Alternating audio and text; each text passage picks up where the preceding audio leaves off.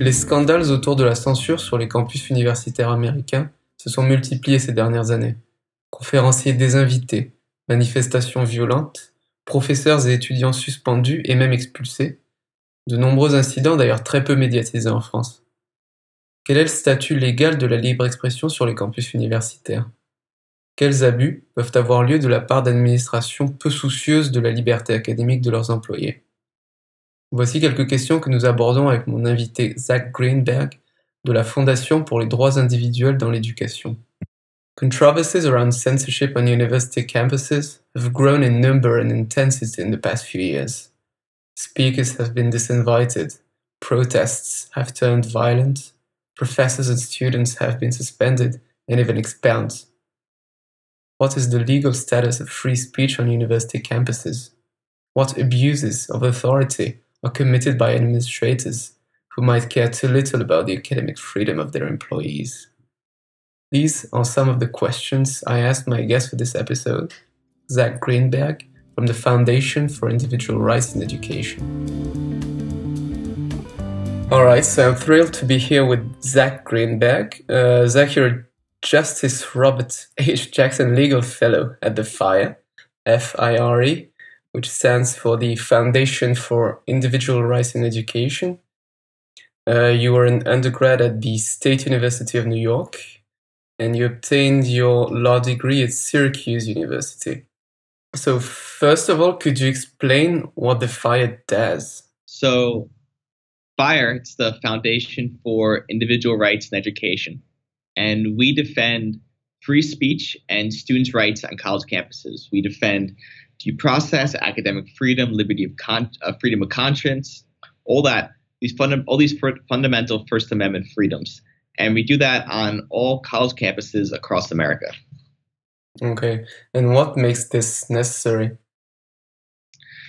makes it necessary was around 20 years ago, the founders of FIRE saw this pervasive program of censorship on college campuses. We saw these schools having speech codes, policies that infringe the free speech of their students. We saw these blatant due process and students' rights violations. We saw students getting expelled, professors getting fired for expressing themselves.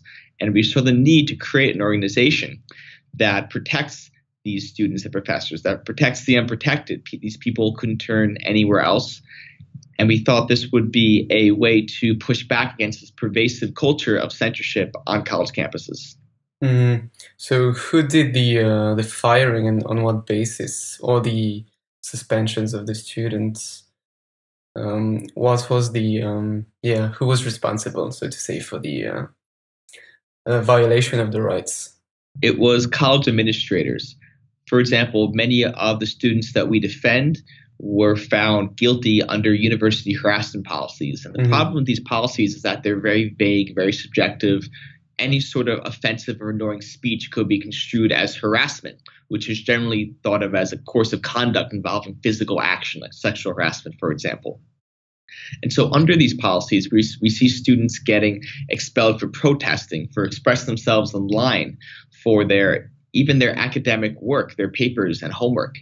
And likewise, you see professors getting fired and disciplined for how they teach their classes, for using vulgar or offensive terms in the classroom. And this really impugns their academic freedom and infringes their academic freedom rights, which is a First Amendment right, as American courts have found.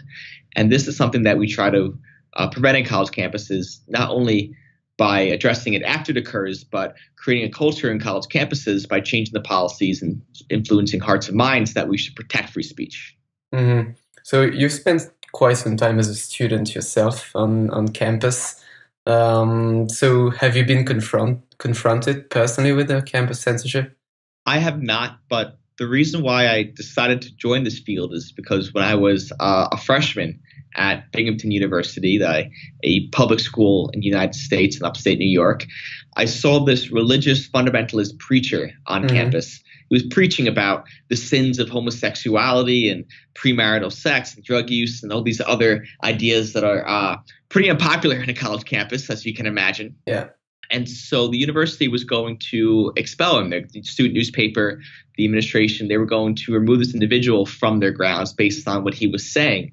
And I realized at the time that that could be me. Mm-hmm. That could be my friends or my family saying anything that society deems controversial. And I realized that by defending his free speech rights, I was also defending my own and everyone else's. Mm-hmm. Indeed.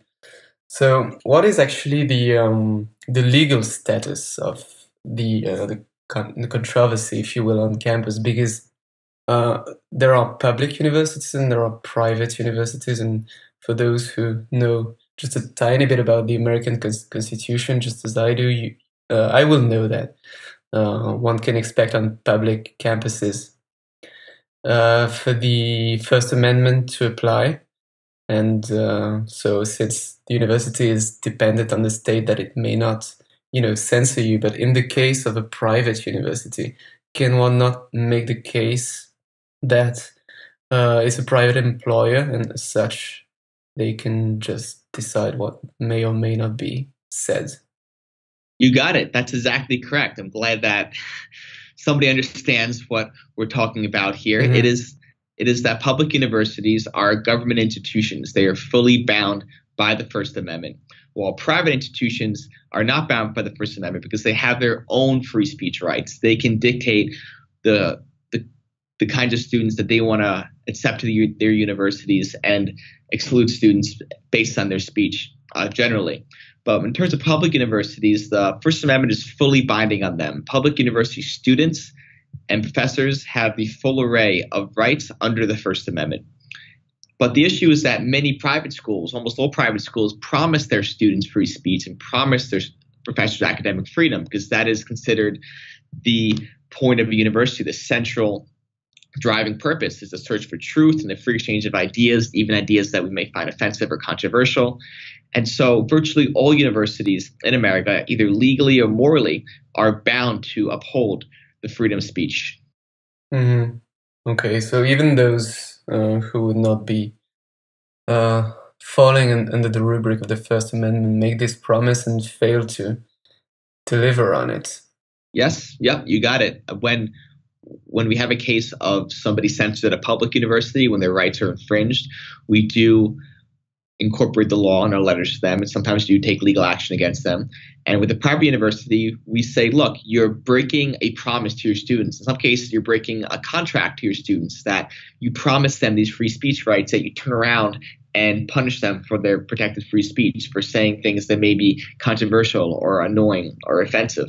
Mm-hmm. Okay, so I think, well, if you follow this, at least a certain type of media, English-speaking media, you will have heard about censorship, in universities. On the other hand, I'm wondering about the situation. I don't know if you can speak to that, but the situation in primary and secondary education. FIRE generally does not cover primary and secondary education in terms of elementary schools, middle schools, and high schools. I will generally say that students in those schools have lesser rights than those in college, generally because college students are considered adults and they have their full array of free speech rights, while high school students below are considered children with a lesser variety of rights. And currently, FIRE does not take cases dealing with high school students and below, but we are developing a curriculum for free speech, a free speech curriculum for high schoolers, so that they can learn about their rights. And when they get to college, they are knowledgeable about their rights and better able to defend themselves and their peers. Mm-hmm. And what would be your impression, of, the state of things in high schools, for instance? Do you think that there is sort of a trickle down effect from college, that people's teachers might, start taking steps to sort of avoid saying certain things, or students might do the same? I can't comment on high school specifically. We don't get a lot of news with that or do a lot with that, but we like to stick with college campuses. Got it. Okay, so maybe to broaden the picture, this is a very difficult question, I'm sure, but you have, briefly explained what, the mission of FIRE is. And, we could talk about the problem of We could give many examples, but I think, okay, people might be familiar with that to some extent. If I were to ask you what you think the origin of this trend of, curbing free speech on college campuses would be. I mean, it's a difficult question, of course, but maybe you have your own thoughts on this. So from my research, we figured out that the free speech zone policies, these tiny cordoned off areas of the school where students are allowed to protest, sometimes very out of the way. They're usually very small. And that's by having these policies, you're making the rest of the school not a free speech zone where people can protest. So these free speech zone policies have been tracking for a while. And from my understanding, they were first instituted on college campuses during the Vietnam War because there was a lot of unrest, a lot of protests on college campuses. That's really when it began. And the policies that were instituted back then have resurfaced recently, or sometimes they kept going. And so I know that's where the origin of those policies are. Greg Lukianoff, our president and CEO, in his book on Learning Liberty, talks a little bit about this culture of students not wanting to hear ideas that offend them, not wanting to hear ideas that break from their worldview. And this freedom from speech, this freedom from speech they don't want to hear, is what may be the driving force behind these policies and this desire to not have free speech in college campuses. And that is a serious problem because you go to college to have your deepest beliefs challenged. You go to college to learn from those who have opposing viewpoints than you do. Sometimes you learn the most from these people as opposed to those that you continually talk to and you get in your echo chambers. You don't actually learn anything new through your college experiences. We like to say at Fire that if you go to college for 4 years and you don't have your deepest beliefs disturbed and challenged, you should get your money back. That's not an education. Okay. So you've written an article recently about so-called hate speech, between quote marks. And so you talk about how trying to curb it is dangerous and counterproductive. So can you give some of your main arguments for this position? Sure. One of the biggest arguments for banning hate speech, the people that are advocating for hate speech bans, is that it would need the speech to protect minorities, that in order to have a more tolerant and civil society, we need to have laws that punish people that express hate speech. And one of the biggest findings that we found is that many of these laws that are allegedly intended to promote tolerance to protect minorities are actually used against the very people they're designed to protect. For example, in other countries, many of which have hate speech laws, you have hate speech laws being used against investigative journalists, opposition politicians, religious, political, and ethnic minorities, simply because these are those who are not in power. And any law, especially laws that are as vague and ill-defined as hate speech laws, will be used and abused by those in power to achieve their means.